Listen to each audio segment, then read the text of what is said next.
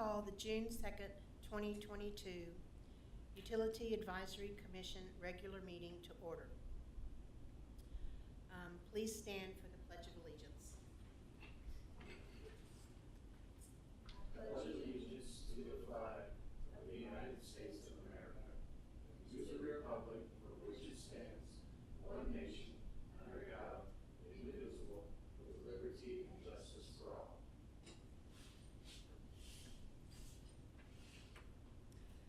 Since there is over 3 commissioners present, we do have a quorum. We will now entertain public comments. If there's anyone from the public that would like to speak. No members from the public.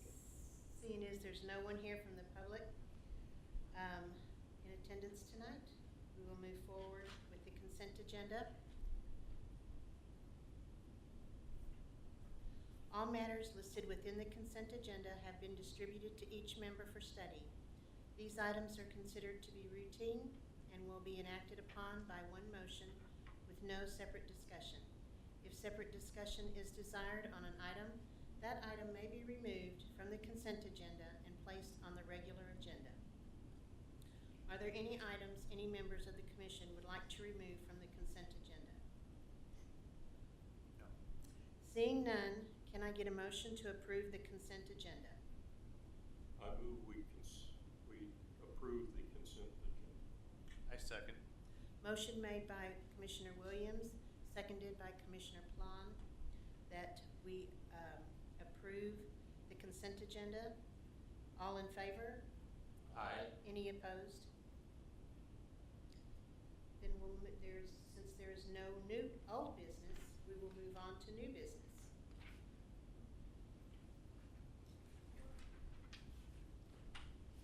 I think this is me. Oh. Well, Gons, do you want me to talk about this one too? This is. Okay. So my name is Matt Ponzer. I haven't met most of you, but I talked with Barbara and Gary a little bit on the way in. Nate, Bryce, good to meet you all. I manage our electric substation and generation department. So what we're talking about today is how we do some of our electrical testing on some of our high voltage electrical equipment. And the purpose of what we're trying to do, and we do this for other equipment, we want to enter into an agreement with a contractor called P1 Group that could do all of our electrical testing in an amount of up to $50,000 per year, and just have that pre-approved to use them for our electrical testing, either PMs or reactive maintenance. And some of the reasoning for that is just lack of availability of other contractors in the area. In the past, we've used other companies. We used a gentleman named Danny Seeley, who's no longer in business, a company called Pro Energy that no longer offers the testing that we require. We've used a company called KEC in the past, and a company called Vertiv in the past, and they haven't been responsive to offering those services. So P1 Group is one that we do use quite often, and they always are available to do our testing. Also in the past, the city has used similar types of arrangements with contractors to do specific types of work. For example, on our gas turbines on the control system, we used to have an agreement with a company called PAL, Pons and Lacier, and they would do all of our work on our control system. For mechanical maintenance on the turbines, we currently have a service agreement with a company called Allied Power Group. They do all the mechanical routine work, reactive work on the turbines. This would be something similar to that, except for it would be for electrical testing on our high voltage equipment. And another benefit that I think we could get from this is that using the same contractor does build familiarity between my staff and the contractor, and it helps build that relationship, and it helps them learn. One, our guys are not specific into testing, so anytime that a contractor comes in and does testing, we expect our guys to learn from them on what they're doing while they're out doing the testing. So if we had the same guys coming in and doing the testing every year, it would help our employees learn from them, and they'd feel more comfortable doing that. P1 Group is also located out of Lenexa, Kansas. They're the only company that we can find that is local that does all of our testing. And all the testing that we do is breaker electrical testing, relay testing, repairs and maintenance on breakers, transformer electrical testing, and DC battery bank testing. They do everything that we need. So it's nice to have one company that can do everything. And they're local out of Lenexa. We're not wanting to find a company in Texas or somewhere else that we'd have to call, and perhaps they couldn't come up for a week if we had a reactive problem that we needed help on right away. So it's nice that they're located in Lenexa.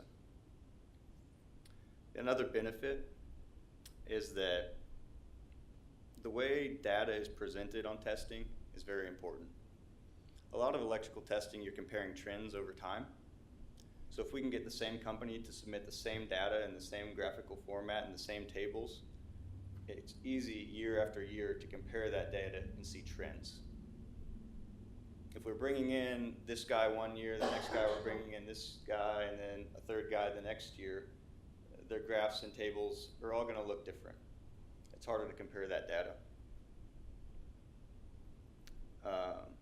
Another benefit, P1 Group, I know I shouldn't have to say this, but not all companies do all their work to the latest standards, procedures, and industry standard work practices. So P1 Group's very good about doing that. We feel comfortable with them. We've used them in the past quite a bit, and we know that they're going to perform the work at the highest level. And I know I shouldn't have to say it, but not all companies do that.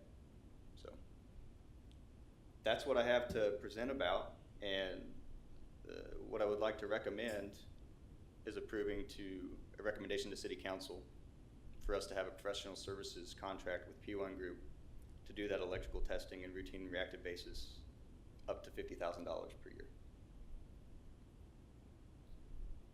Can you do that? Yes. There's a limit how much you can spend without competitive bid. Is that 50,000? No, it's not. So I think what it is correct me if I'm wrong, Gons. So I think up to $10,000, Gons can approve things. Right. But typically, what we try to do is give him 3 bids anyways.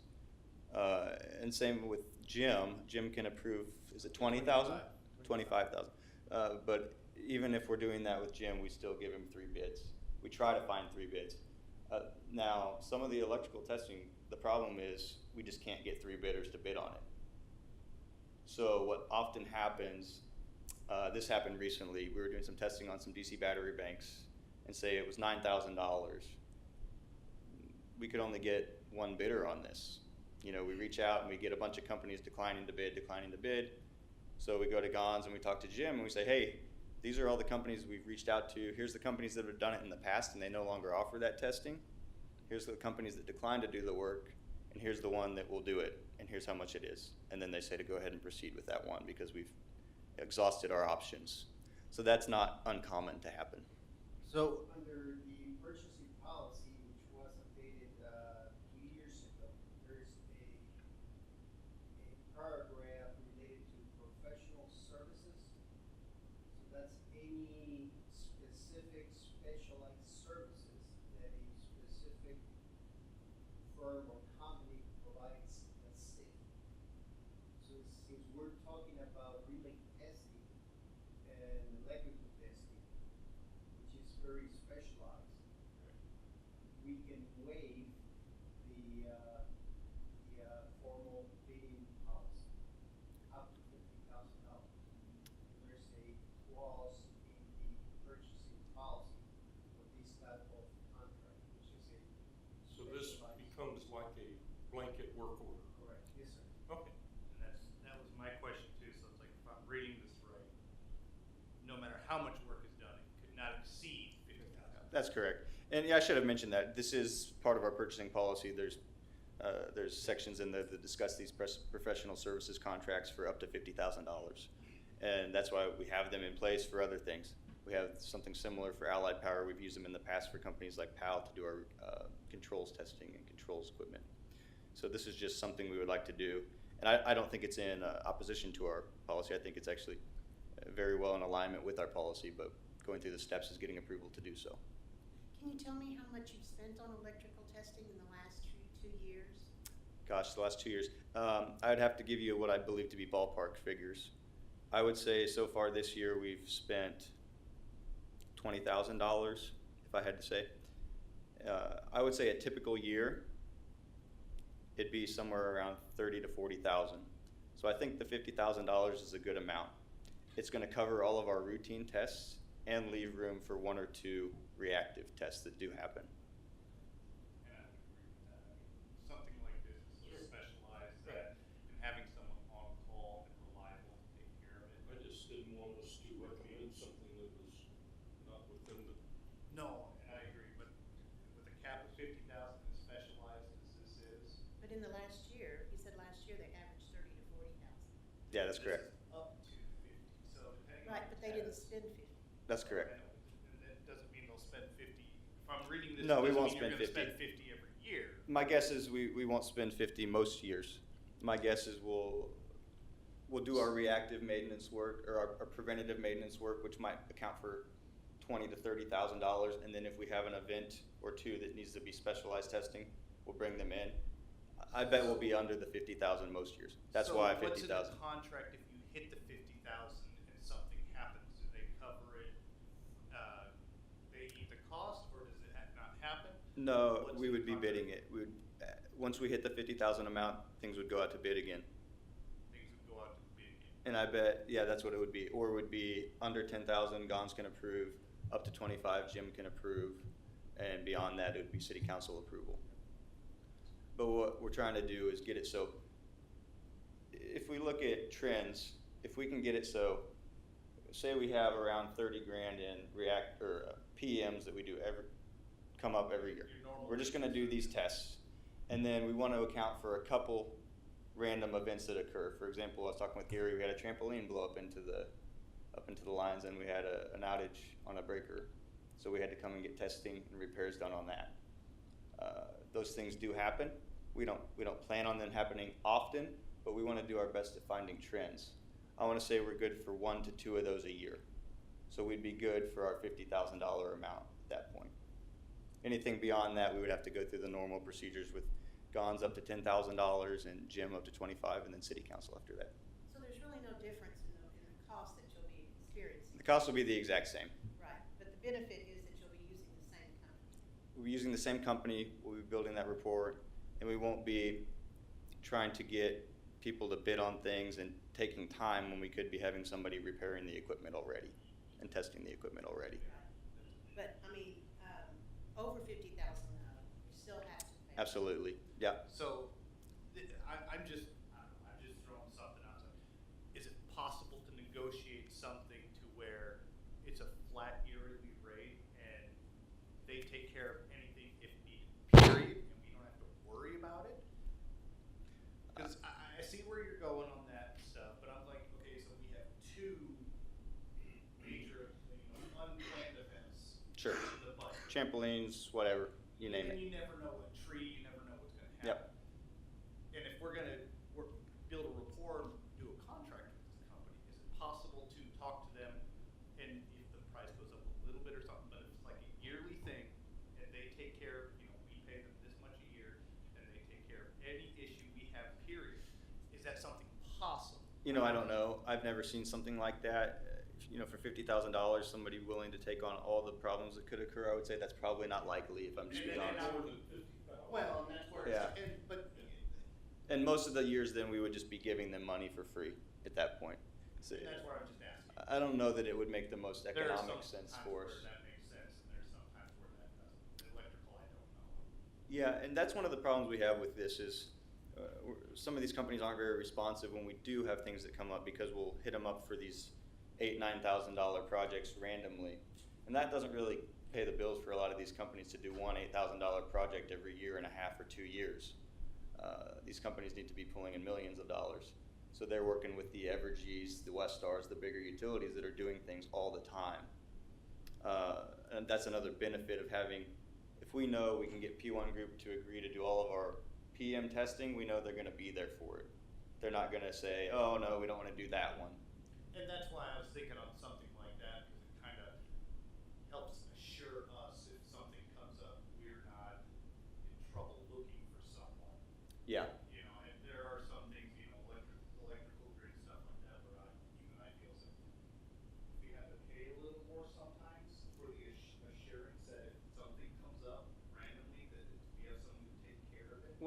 kind of might get that with this arrangement anyways.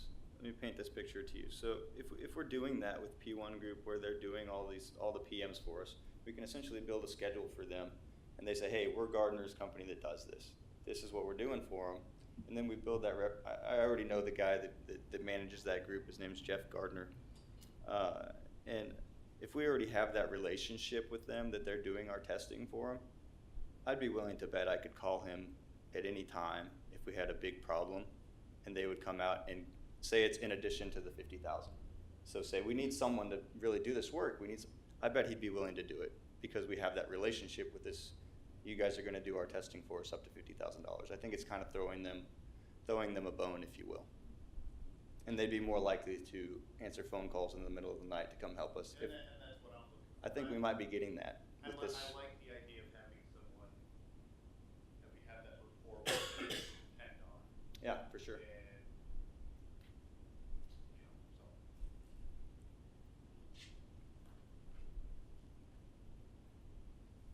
Is there any other questions? If not, I was just gonna ask, what is in the budget every year for the testing? I know, like you say that our purchasing has up to the 50,000 for those professional services. Is that, like, is that in the budget, the city budget every year then? Or is it a special line item that has to be accounted for when Well, we 50,000? so we have two different things. We have preventative maintenance and we have reactive things. All the PMs are things that we know are going to happen every either monthly, quarterly, annually, every 2 years, 5 years, so on and so forth. Those things we budget for because they happen on a time basis. Things like the trampoline flying into the line and having to do testing there, we don't budget for the reactive work, but it's accounted for in the utility budget. So we have funds available for those types of emergencies. It's not necessarily planned for in my department's budget, but the utility department in a general accounts for emergency events with their budget. that makes sense. So would this then move like 50,000 from like general, move it to like his department to accommodate for this? So any work in the, related to generation, substation transmission, that comes out of the electric, there's an account specific for that type of work. So there's a budget for that. So it will come out of his budget, So that this will kind of increase his budget a little bit. which, correct. Okay. No. The money's already in the budget. The only thing we need to get is somebody to perform the work. Gotcha. Miscellaneous and unanticipated, Well, PMs and then reactive. Yeah. The other thing to take into consideration is if you lose power, you need to restore it as soon as possible. Correct. If you need to do testing to ensure that the equipment or system is in good integrity, you have to do the test as soon as possible. So we don't have sometime to wait a couple of weeks to do the test. Otherwise, a lot of people will be out of power. No, I 100% agree. That's what I was wondering. I was like, Yeah. It ties into the point you brought up, Nate, about we need somebody who's answering the phone when we call at the end of the day. someone takes out a poll at midnight, we can't wait for, like I said, okay, now we gotta do the bid, figure out who can do it. A lot of people don't have power and stuff. No, I 100% agree. Sure. I'm surprised it hasn't been done sooner. Yeah, and we do have similar arrangements with controls agreements in the past and with mechanical equipment on the turbines, so this type of thing is being done and has been done. So I guess as a follow-up to that comment, we enter this contract with them. Is there a specification of how long they have to get out and complete the testing? Whatever it is. I mean, that's something we can bring up. We haven't entered into that type of negotiation as far as you have X amount of days to respond. In the other ones? Yeah, like in the other ones? is No, there there's not. There's not anything that says if we call Allied Power Group, they have to be out within X days to fix the turbines or that there's not provisions in there I for mean, I that. know you said they're responsive and they, haven't given us problems, otherwise you wouldn't be recommending them. Yeah, I think part of it is just based on previous experience working with them and how they plan their work and how they execute their work when it happens. And it makes me feel comfortable recommending them over to do this work because I know how they've done the work in the past for us. And And I feel how like- long will the contract be for? Yeah, so I guess the approval here could be for 2022. We can revisit it every year. This per year. So we could So, have this discussion again next year and say we'd like to continue this agreement. I think that's the way would plan on doing it. Is that what the others are, is Yeah. yearly? Yeah. yeah. Unless you ask specific for 4 or 5 years, but most of the professional services are on a yearly basis. For example, like tree trimming, I think Bruce does those with Asplund, and I think that's one. Is that one that he does this with?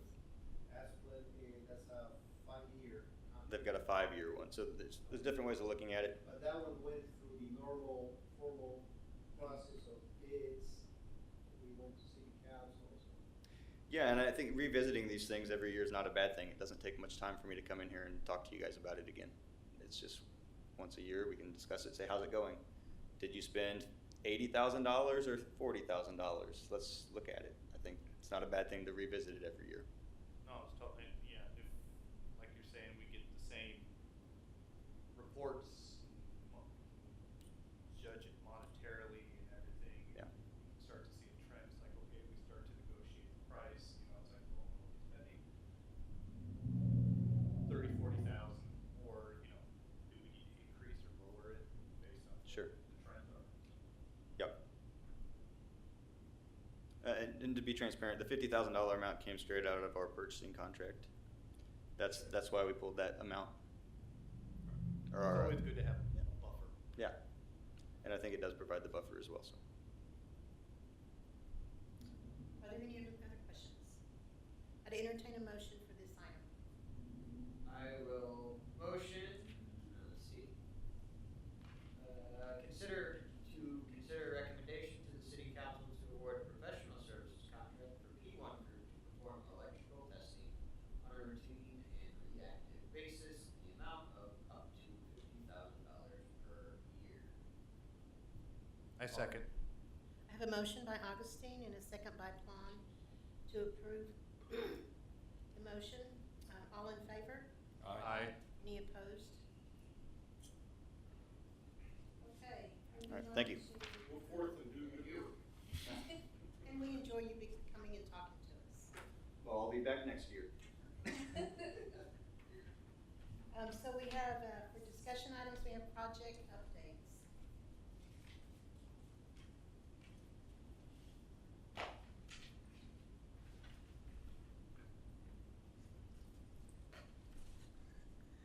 Good evening. Let's start with the IntelliHome update. So right now we have the brochures printed. They will be inserted in the next utility billing on June 17th, 27th, and July 7th. Because we have 3 cycles, so that will cover the 3 cycles, billing cycles we have. You said July 17th? June 17th, June 27th, and July 7th.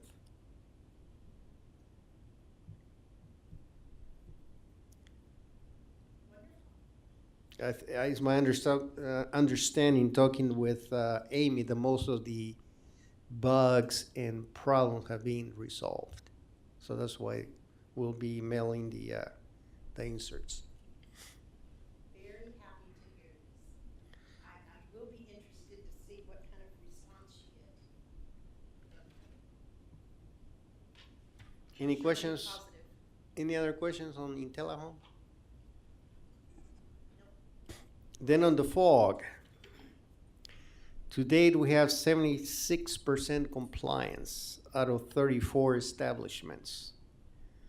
9 of them is still pending, which means they have not submitted the documentation or payment. 26 25 have been permitted. That means they have completed all the documentation and payment. And 4 of them are under construction. Or under what? Construction. They're new establishments. I believe the citation to appear is next week or the following week for some of the establishments. Oh, so the citations have not been issued to the. Not yet. I think the code enforcement officer is waiting a week before to send a letter saying to tell them not to appear to court. But right now, there are only 9 that have not met the requirements. So I'm pretty sure the code enforcement will be sending letters saying you don't have to appear in court. Well, I think that was a pretty successful project, and I'm sure you'll get the 9 to comply. I'm pretty sure that'll be the case. Good job. And that's basically all the updates for this meeting. Unless you have any questions. I don't know.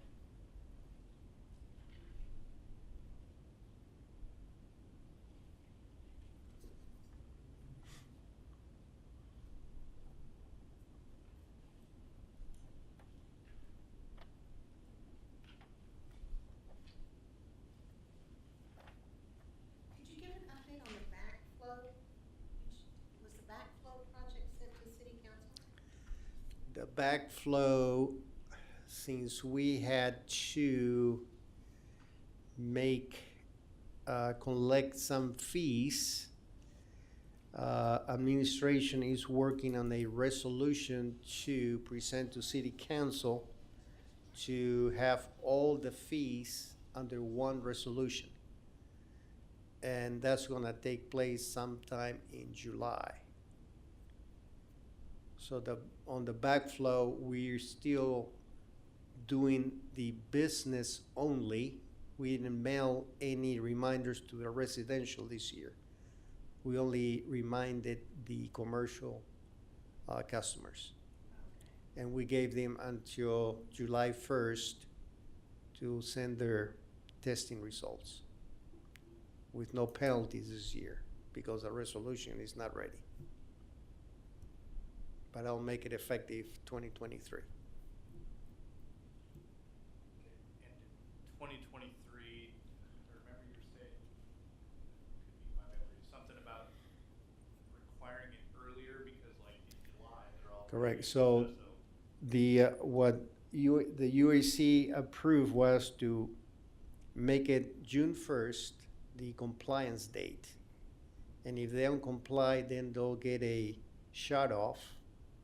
They'll pay a $25 penalty fee, and they will have to pay a $15 reconnection fee. So this year it's July 1st, but. Next year will be June 1st. Yes, sir. I thought it was something like that. That was move forward. Are you going to enforce the residential this year? No, we're not. No matter whether the council does anything or not, you're not gonna. I'm not going to enforce. Yeah, I just wanted to make sure, because I So- I want to be in non-compliance. And without the reminder, there's some customer, without a reminder, every year they bring their test. I don't have to tell them, they just come and they know they have to bring their test before July 1st. So there's probably 10% of that. They're complying with the requirement, but not everyone.